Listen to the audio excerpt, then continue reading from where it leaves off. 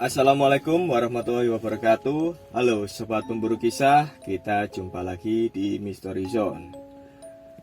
Bagi yang belum subscribe, silakan untuk subscribe agar tidak ketinggalan kisah-kisah kami selanjutnya.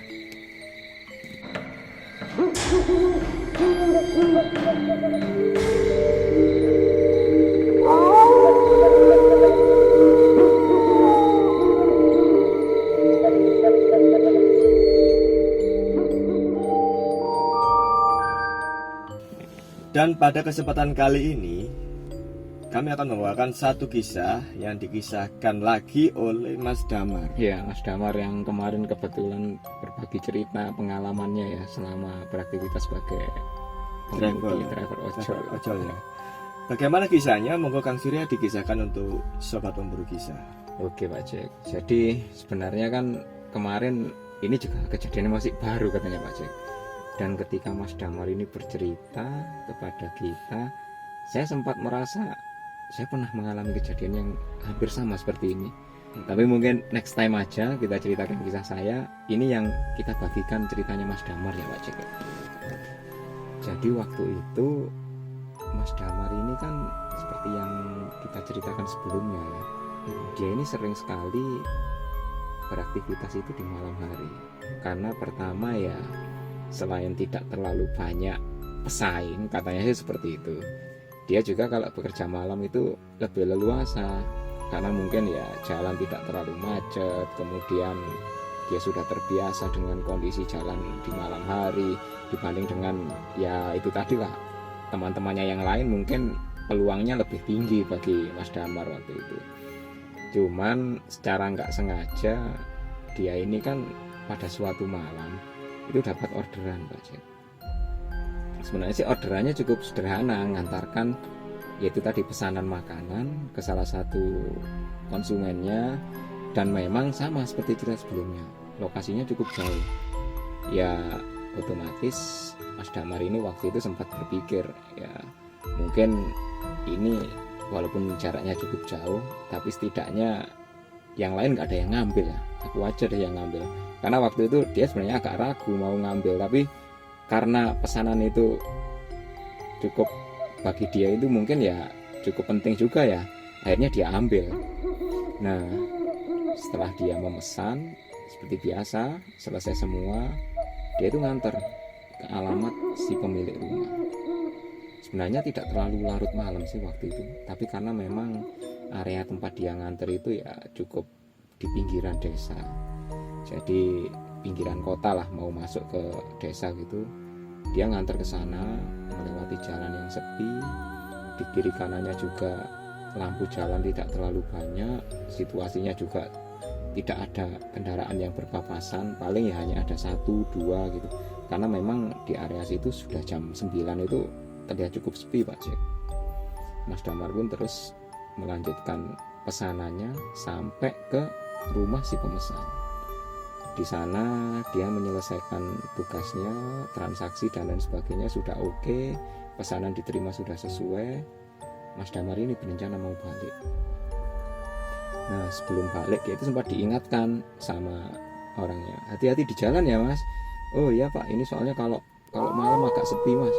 Iya Pak, ini tadi juga berangkat ke sini juga sepi.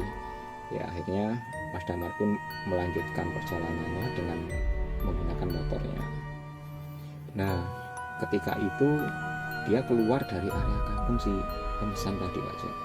Jalanan sudah cukup sepi, dimana kiri kanan itu waktu itu sangat sunyi sekali, hanya ada kebun dan persawahan warga. Ya Mas Damar pun berusaha memacu motornya lebih kencang lagi lah, karena ya pertama dia sudah merasa kondisinya sepi, dia khawatir juga barangkali ada orang yang berniat jahat, berniat buruk, karena ya sudah menjadi rahasia umum aja kalau jalanan sepi kadang-kadang di daerah Jawa Timur itu kan beberapa tempat itu identik dengan yaitu tadilah kejadian kriminal. Yang dikhawatirkan Mas Damar itu hal seperti demikian, karena memang Mas Damar ini termasuk orang yang pemberani ya. Di beberapa kejadian dia sempat cerita juga lebih takut sama ketemu dengan aksi kriminal daripada ketemu dengan yaitu tadi makhluk-makhluk gaib atau sosok yang mengganggu dia. Sampai akhirnya ketika Mas Damar ini mulai memacu motornya melewati perbatasan desa, dia ini merasa motornya kok seperti kehilangan tenaga, seperti kehilangan power gitu Pak Jack. Apakah ini memang bensinnya habis? Apakah ini juga businya agak trouble? Tapi Mas Damar beberapa kali memainkan gasnya, semuanya normal-normal saja. Karena dia tahu penunjuk jarum angka bensinnya sebenarnya masih aman, tidak mungkinlah kehabisan bensin. Tapi entah kenapa ketika tadi dia itu melewati keluar dari perbatasan desa, sepertinya motornya ini sempat kehilangan tenaga gitu Pak Jack.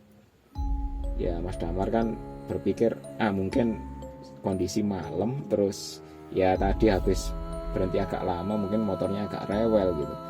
Dia akhirnya acuh saja sambil terus melajukan motornya. Tapi yang dia rasakan agak beda Pak Jack. Motornya itu seperti yaitu tadi, karena dia kan pakai motor metik ya, katanya itu dia itu kayak pakai motor bebek tapi persneling 4 digas, jadi rasanya berat banget, lambat gitu kayaknya jalannya, tarikannya itu nggak ada powernya kayaknya gitu.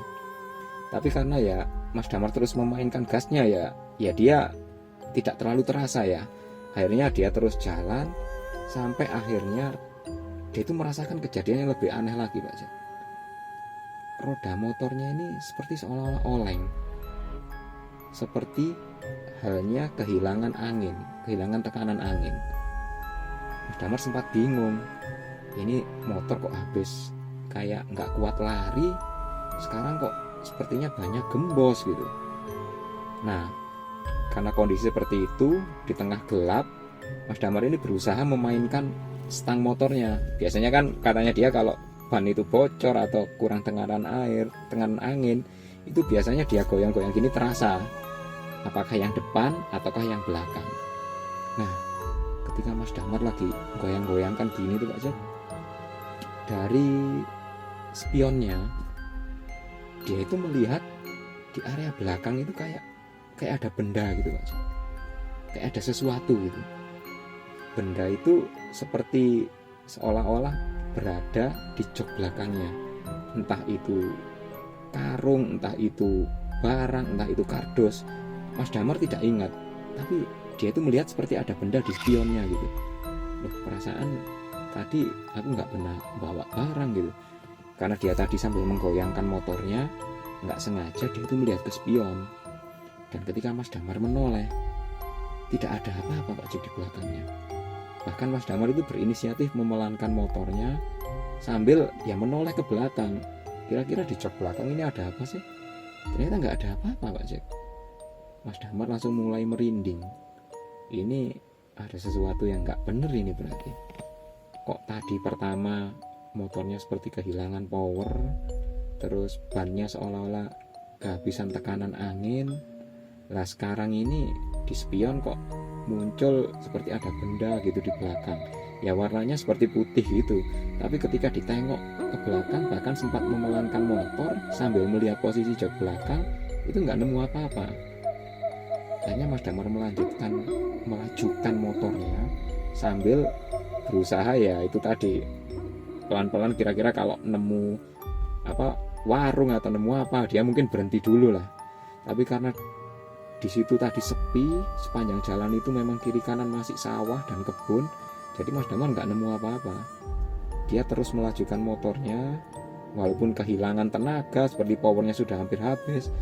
Dan Mas Damar ini masih ingat, dia itu iseng-iseng Pak Jack, curi pandang tapi sama spion katanya. Jadi dia iseng-iseng mencuri pandang di spion motor, dan beneran di belakangnya itu seperti ada benda gitu. Dan benda itu hanya kelihatan sedikit saja Pak Jack. Ketika Mas Damar coba memantau lebih hati-hati lagi, dia iseng itu spionnya diputer, jadi supaya bisa melihat jelas ke belakangnya. Mas Damar ini langsung merinding Pak Jack, karena dia itu seolah-olah membonceng orang, membonceng sosok, tapi yang dia tidak tahu itu siapa. Dan ketika Mas Damar menoleh, belakangnya itu masih kosong.